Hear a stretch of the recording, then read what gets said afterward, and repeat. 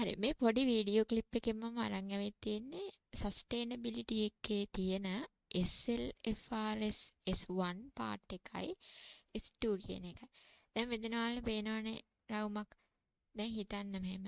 ඒ කියන්නේ දැන් අපි හිතමු SLFRS කියලා කියන්නේ ගෙදරක් නම් ඒ ගෙදර ඇතුලේ තියෙන එක කාමරයක් තමයි මේ S2 කියලා කියන්නේ.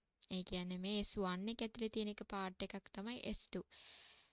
S1 වලින් කියන්නේ මේ general requirements for disclosures of sustainability related financial information. ඊට පස්සේ මේකේ ස්කෝප් එකක් පෙන්නනවා. මේ water scarcity, labor strike ඒ වගේ අර sustainability එකට අදාළ දේවල්. ඊට පස්සේ මේක කතා කරනවා materiality එක ගැන. මේකේ materiality එකෙන් කියන්නේ මේ sustainability factors හින්දා ෆයිනෑන්ෂියල් රිපෝට් වලට නැත්නම් මේ බිස්නස් එකක සල්ලි වලට මොකද්ද වෙන්නේ කියන එක. ඒ ඉම්පැක්ට් එක.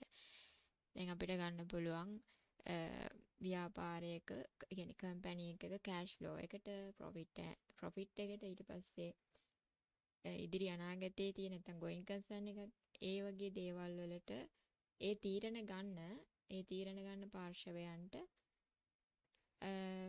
ප්‍රමාණවත් තොරතුරු ඒ කියන්නේ එහෙම වෙන්න ඉම්පැක්ට් එකක් සිද්ධ වෙනවද කියන එක ඒ දේවල් තමයි මෙතන මේ මැටීරියලිටි කියන්නේ සස්ටේනබිලිටි නිසා. දැන් මෙතනින් කියනවා මේ the direct financial impact of sustainability issues of the business money.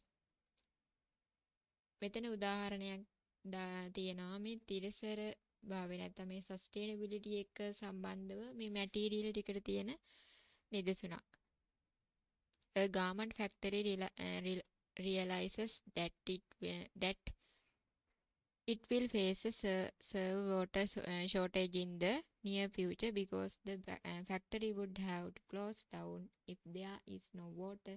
The business's probability and viability could be destroyed. ඒ කියන්නේ දැන් අපිට මෙහෙම හිතන්න පුළුවන්.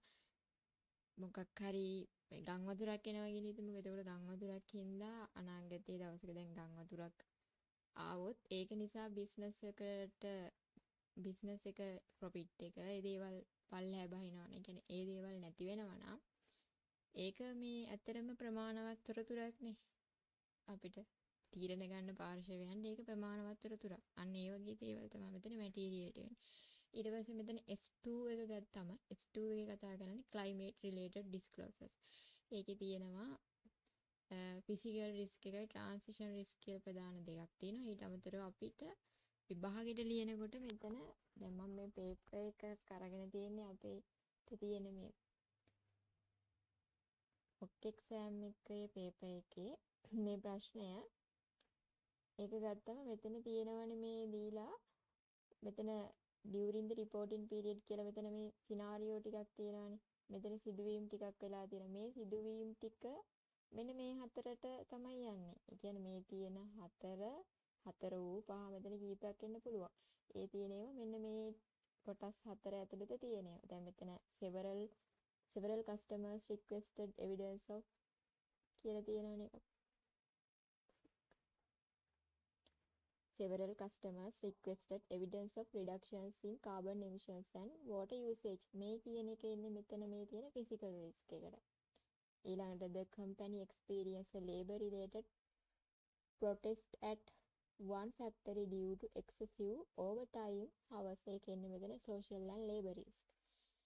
A new wastewater treatment plant was commissioned at a cost of 120 million. ඒක එන්නේ මෙතන sustainability opportunity එකට. ඊළඟට the company's largest buyer accounting for 28% of annual revenue warned that failure to meet sustainability benchmarks could result in contract termination. ඒක එන්නේ මෙතන transition risk එකට. එතකොට අපි මේ හරිය තියෙනනේ මේ C වලින් ප්‍රශ්නයක්.